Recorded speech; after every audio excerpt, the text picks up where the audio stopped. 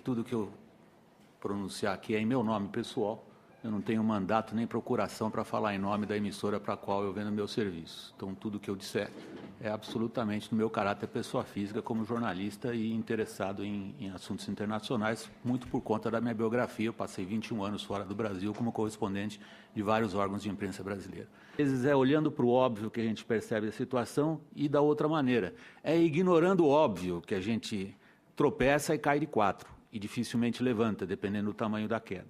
Óbvio que geografia é destino, esse é um dogma básico de relações internacionais, determina em boa parte o que os países podem fazer ou, em boa parte, até onde podem chegar. Isso é óbvio. Agora, o problema é quando a gente ignora os óbvios, como eu ia dizer. O que eu quero dizer é que nós ignoramos várias coisas óbvias. E nesses últimos anos o Brasil está muito aquém da posição que poderia ocupar no cenário internacional. É óbvio que as relações internacionais e as maneiras como os estados se relacionam entre si precede capitalismo, socialismo, feudalismo, o que se quiser. A maneira como estados se relacionam entre si, buscam segurança um em relação ao outro, buscam vantagens ou buscam diminuir desvantagens uns em relação aos outros, precedem muito os tipos de sistemas de organização de sociedade que a gente queira definir como a gente quiser. E quando a gente tropeça nesse óbvio, a gente perde.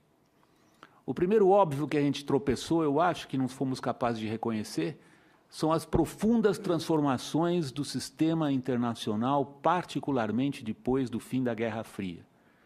O mundo no qual vivemos hoje é extraordinariamente mais perigoso do que o mundo no qual vivíamos até 20 anos atrás. Por quê?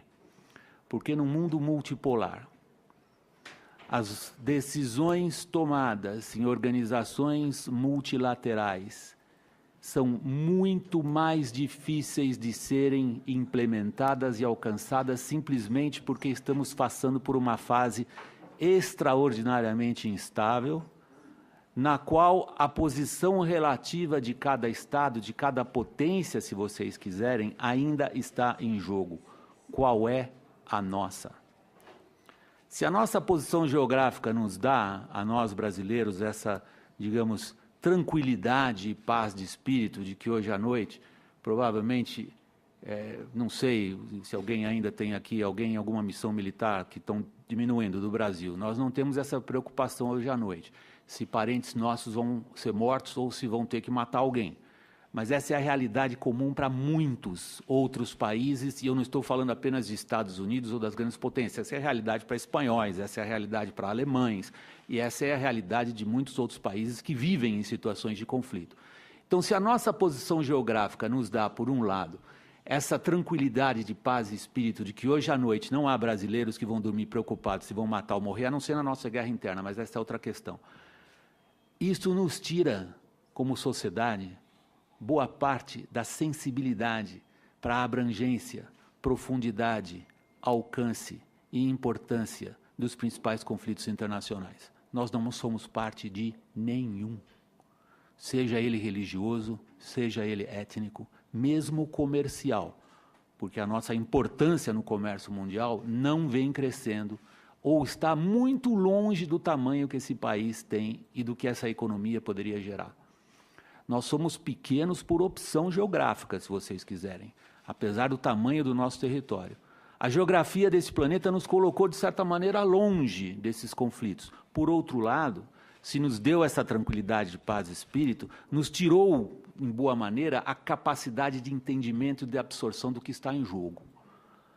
O que está em jogo hoje é o reordenamento, sim, do poder internacional, no qual o nosso papel, para citar um óbvio no qual nós tropeçamos, eu não o vejo bem definido. Não o vejo bem definido porque nós ignoramos outros óbvios também, e eles é que nos fazem sofrer o que nós estamos sofrendo hoje, que é um crescente isolamento e apequenamento em relação ao que a gente podia ser. Toda vez que a gente fala e usa uma categoria absoluta, o Brasil, na verdade, na categoria relativa, isso que eu quero dizer, eu quero me corrigir. Toda vez que a gente usa uma categoria relativa como essa, o Brasil está menor, nós estamos menor em relação ao quê? Em primeiro lugar, nós estamos menores em relação ao que poderíamos ser, ponto. Ponto. Eu detesto, eu estou absolutamente farto da descrição do Brasil como país do futuro. Eu gostaria que o nosso futuro estivesse já para trás, e não que a gente estivesse esperando sempre o que é que a gente vai poder ser. Nós não entendemos a natureza dessa transformação internacional. Nós a consideramos simplesmente o declínio relativo de uma hiperpotência, ou superpotência, ou megapotência, não importa a palavra com a qual vocês queiram definir os Estados Unidos, e celebramos isso como se fosse o nascer de uma nova era na qual as afiliações, sobretudo, ou as afinidades, sobretudo político, não diria ideológico, que não é bem o caso, é difícil entender qual é a afinidade política e ideológica de um país como a Índia, por exemplo, com o qual estamos associados em um determinado tipo de bloco, ou entender qual é a afinidade política e ideológica de um país como a Rússia, por exemplo, onde estamos, de alguma maneira, ligados a um tipo de bloco. Nós não entendemos que a transformação internacional relevante é o surgimento de uma potência que não sabemos se será pacífico ou não. Esse é o desafio das novas gerações, é do pessoal que não tem mais cabelo branco como eu vejo muita gente jovem aqui na plateia, vocês é que vão poder, eu vou estar morto já, não vou poder saber se a China subirá como uma potência pacífica ou não, e o desafio que ela apresenta para relações internacionais é um desafio que pode ser resolvido dentro do que se convencionou chamar de governança global e que nunca chegamos a ela. Quanto mais falamos em governança global, quanto mais atribuímos nossos destinos a organizações multilaterais, sejam elas de comércio, sejam elas Nações Unidas, menos chegamos próximos a isso. É óbvio que nós ignoramos. É óbvio que um país, numa transformação profunda e perigosa, como é a profunda e perigosa transformação que estamos vendo nas relações internacionais, como o Brasil, quando confrontado com essa mudança,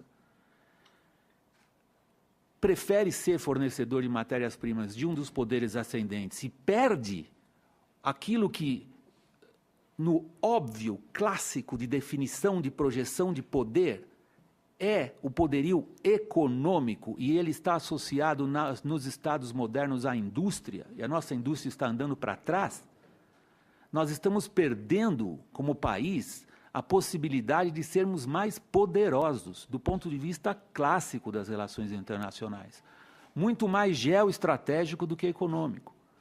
Nós estamos assumindo o papel que já tivemos em outras fases da nossa história, de sermos, sim, associados a focos de poder importante, e esse foco de poder internacional se move para o Pacífico, para as nossas costas, portanto.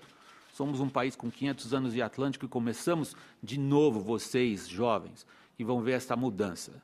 Vocês estão vendo uma mudança internacional extraordinária. Vocês são testemunhas de uma época incrível, como transformação de grandes eixos, eixos de séculos, eixos daquilo que os historiadores franceses usavam. Eu sei que o Samuel tem uma forte formação nessa área francesa, la longue durée, Samuel. A ideia de que há grandes fluxos históricos que passam por baixo dos acontecimentos cotidianos que a gente às vezes nem é capaz de interpretar, nem no seu alcance, nem na sua profundidade. E este é um acontecimento que a gente consegue interpretar no momento. E neste grande mundo virando, nós somos de novo fornecedores de matéria-prima para um grande foco de poder, e estamos perdendo aquilo que seria essencial para a nossa projeção de poder, seja ela qual for, seja ela como for definida. Uma potência regional com interesses ao redor, uma potência eventualmente hemisférica, do Equador para baixo, de uma determinada parte do mundo, uma potência, não interessa. Jamais seremos qualquer coisa à altura do destino que nós achamos que nós merecemos, que nós achamos brasileiros que merecemos um destino melhor, maior e mais importante do que aquilo que a gente exerce hoje nas relações internacionais. Jamais o seremos sem uma economia forte, baseada em conhecimento, inovação, tecnologia, e isto significa indústria.